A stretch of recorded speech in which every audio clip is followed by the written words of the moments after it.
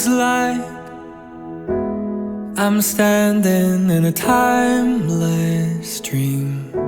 Pinaka-best thing that we are to appropriate and practice within the bond of a marriage is communication. So, kaya kapag wala yung communication sa loob ng pagsasama ng mag-asawa, okay, hindi tatagal ang relasyon, magiging mabuhay ang relasyon.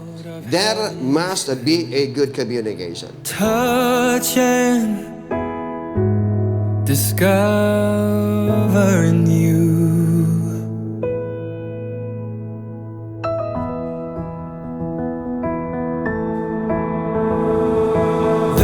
Nagkakilala kami sa school. Nagkikita lang kami doon, batchmate ko siya.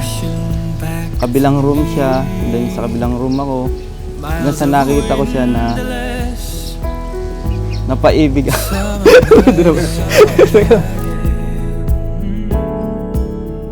Secret moments shared in the heat of the afternoon.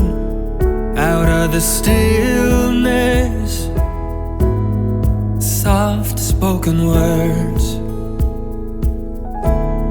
Say it, I love you, always, forever, near and far, closer together, everywhere. I will be with you, everything I will do for you. Say your love me forever, never stop, never, whatever, near and far, and always and everywhere, and everything you love me forever. Aside from communication, there must be the pillar of or foundation of commitment. We must be committed in not just in a span of time, but as long as you live with your wife, with your husband, you must be committed.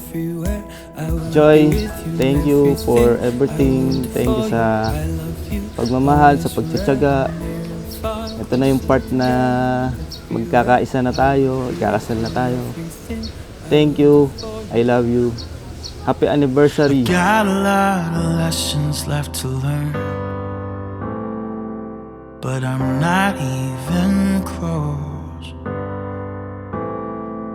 Through my inhibition. Simula nung una na hindi ko naman talaga ine-expect na yung puppy love na dati namin is mapupunta kami sa ganito. This could be the easiest thing if I'd let it.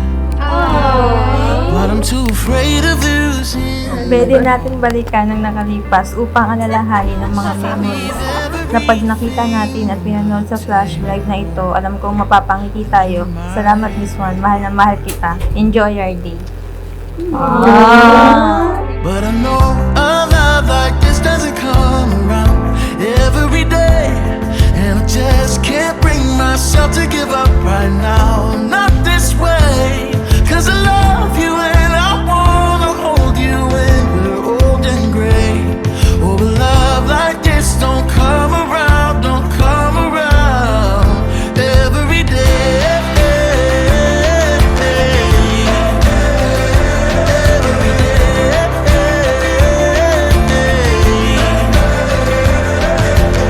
Ito hanggang sa nakagraduate na ako, naging kami, and then ngayon, exactly 8 years namin ngayon.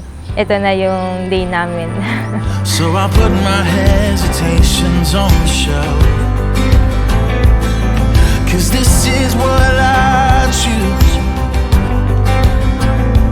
This will be the easiest. Mr. Juan, happy anniversary. Alam mo na kung bakit ito regalo ko sa'yo. I love you.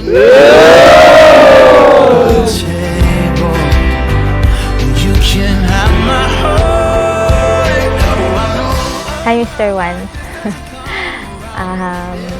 Happy 8 years sa atin.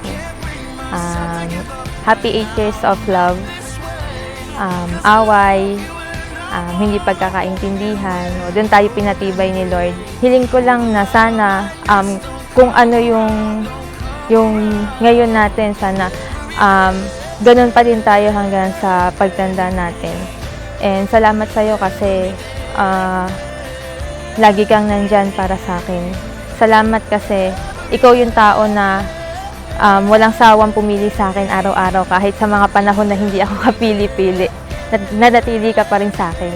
Yun lang. Salamat. I love you. So I need everything on the table. So kung ating mapansin, if the Trinity has an unbreakable union to each other, and they have that subordination, yun ang ibig sabihin. That is the concept of commitment.